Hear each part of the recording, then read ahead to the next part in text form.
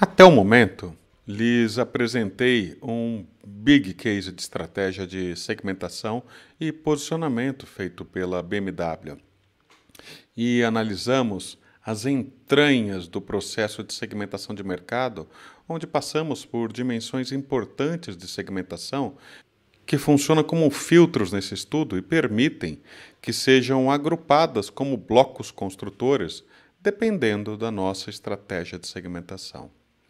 Entretanto, quando falamos de segmentação de mercado, em quanto tempo ou com que frequência precisamos rever a estratégia de segmentação dos clientes do nosso negócio?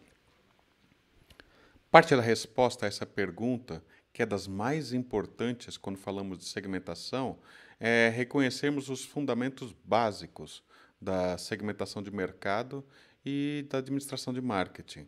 E abordamos elas nos vídeos anteriores. Uma pergunta recorrente é, por isso, essa pergunta recorrente, com que frequência uma empresa ou organização deve pensar em segmentação ou construir um sistema ou até questionar a sua estrutura de segmentação? Será que isso é algo que acontece uma vez por mês, uma vez a cada 5 anos? Qual seria a resposta? A resposta curta para isso é depende. E claro, essa não é uma resposta muito satisfatória, mas vamos explorar e aprofundá-la para tentar entender do que depende essa frequência. Então, depende das seguintes coisas. Se você está em um setor mais estático, com ciclos de vida de produtos mais longos e duradouros, e se tem clientes hoje que são muito parecidos com os que você tinha ontem. Então, você pode não precisar refazer sua segmentação com muita frequência.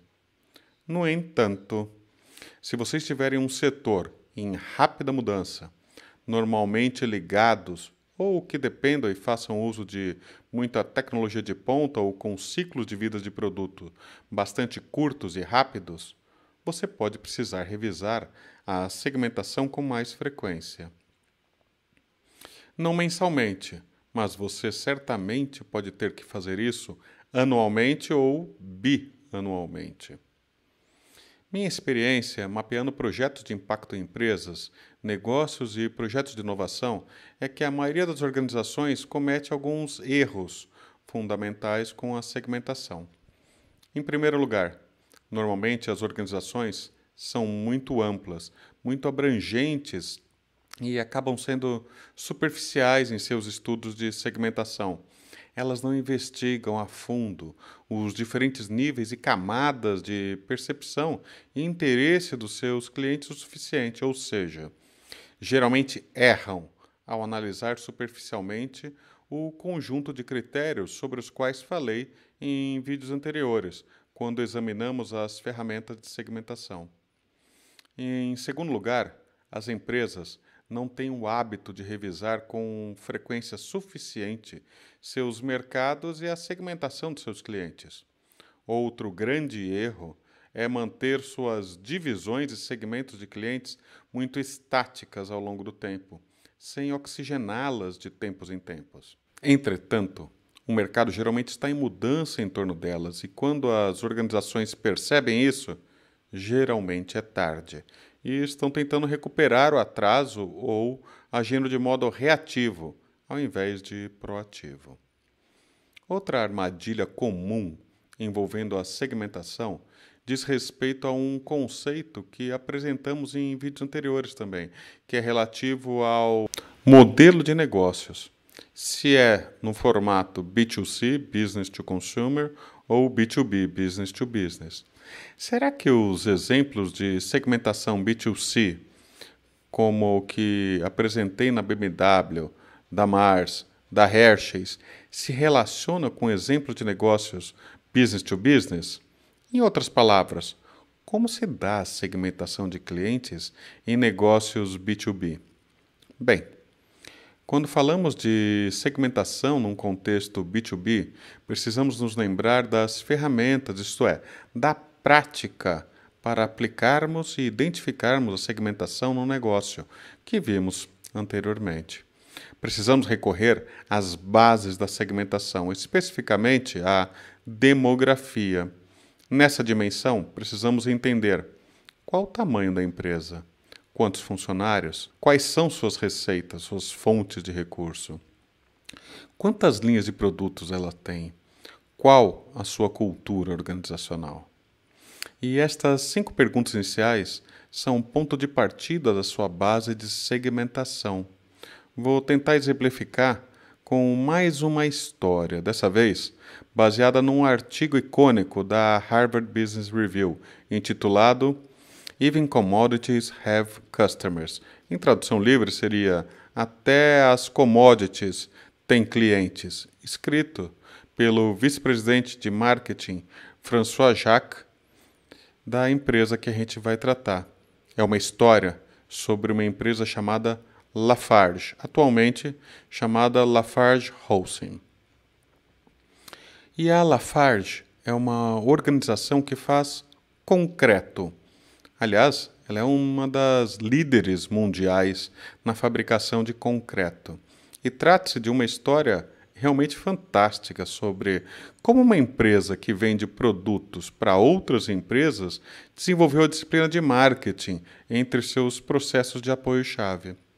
Durante anos, a Lafarge, como alguns diriam, foi uma indústria do tipo commodity e sequer tinha uma vice-presidência de marketing, ou seja, não tinha um gestor do tipo C-level à frente das operações de marketing da empresa. Então, na virada do século, com os lucros caindo, eles resolveram contratar um vice-presidente de marketing, um ex-McKinsey. E quando ele entrou na organização, a primeira coisa que lhe disseram foi, aspas, a única ação de marketing que fazemos é saber se nossos clientes gostam de jogar golfe ou se gostam de pescar, fecha aspas. Simplesmente não havia cultura de marketing. E ele fez o que a maioria das novas unidades de negócio gostaria de fazer imediatamente. Ele mostrou o valor do marketing na organização. Essa nova área se debruçou sobre o sistema de segmentação de mercado e, portanto, de clientes que a Lafarge tinha. E o que ele descobriu foi muito interessante. A segmentação de mercado não existia. O que existia eram acordos ou contratos ad hoc, sob medida, para cada um dos clientes da empresa. Portanto, cada acordo trazia aparentemente condições únicas de contrato e fornecimento, que dependiam, cada um deles, da negociação e dos negociadores que estivessem na sala fechando o contrato em cada momento. Isso parece um tremendo desafio à segmentação. Mas então, essa nova área de marketing decidiu olhar além dos valores e das empresas que assinavam esses contratos com esses valores altíssimos com a Lafarge, que nada mais eram do que notas de serviço e de produção para que a Lafarge acionasse suas plantas produtivas ao redor do mundo e fizesse a gestão das suas operações de produção para atender a cada ordem de serviço e contrato assinado. Parecia uma típica organização industrial, com um parque fabril gigantesco, espalhado em várias partes do mundo, que estava sempre produzindo concreto e similares para atender os seus pedidos. Entretanto, as margens estavam ficando cada vez mais apertadas, a concorrência mais acirrada e, portanto, ações de mercado, de marketing direcionadas ao negócio eram urgentes. Dessa maneira, optou-se por estabelecer uma política de segmentação que se mostrou incrível, baseada em apenas 2 níveis principais: dimensão demográfica e dimensão comportamental. E o que eu quero dizer com dimensão comportamental? É que a Lafarge olhou para o comportamento de compra dos seus clientes. Em outras palavras, Que tipo de produtos e em que quantidade eles compravam? Com que frequência eles compravam? Qual era o ciclo de compra deles? Como eles realmente fizeram cada pedido? E olhando para todas essas informações comportamentais, a Lafarge foi capaz de cruzar os dois tipos de segmentação, usando tanto a demográfica, por exemplo, o tamanho da organização que estava comprando, com os produtos, quantidades, frequência de compra. A Lafarge conseguiu criar uma estrutura para organizar essa segmentação. E quais os benefícios mais diretos? Agora, a empresa poderia fazer um trabalho melhor em termos de preços e entregas, com parcerias mais duradouras e mais rentáveis. O grande ponto final dessa história é que, depois de alguns anos, essa segmentação permitiu ações direcionadas a cada expectativa e possibilidade de clientes, que se traduziu em centenas de milhões de dólares apenas com a introdução de um sistema de segmentação eficiente. Esse caso da empresa de concreto, aliado aos anteriores que foram de lingerie, de carros de luxo, evidenciam a natural sobreposição de diferentes critérios e dimensões de segmentação. Para encerrar, vamos refletir como a pesquisa de mercado, a pesquisa de marketing, que foi um dos nossos primeiros tópicos, e agora a segmentação que vimos neste tópico, realmente se relacionam.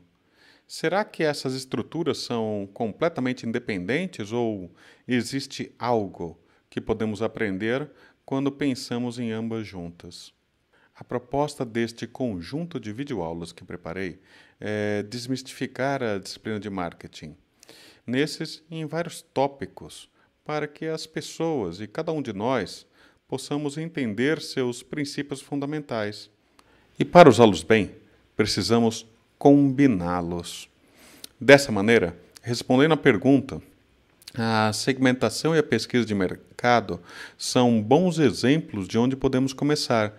São os nossos pontos de partida, nossos blocos construtores de marketing para criar valor para os negócios e para as empresas.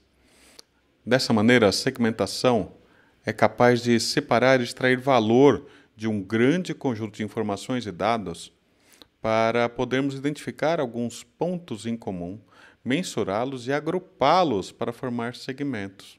Nesse sentido, estamos usando pesquisa de mercado tanto para coletar as informações quanto para sua análise, de forma a mensurar seu valor e agrupar todo esse valor em segmentos de clientes que nos permitirão melhor compreensão deles, que nos permitirão medi-los, acompanhá-los e atendê-los.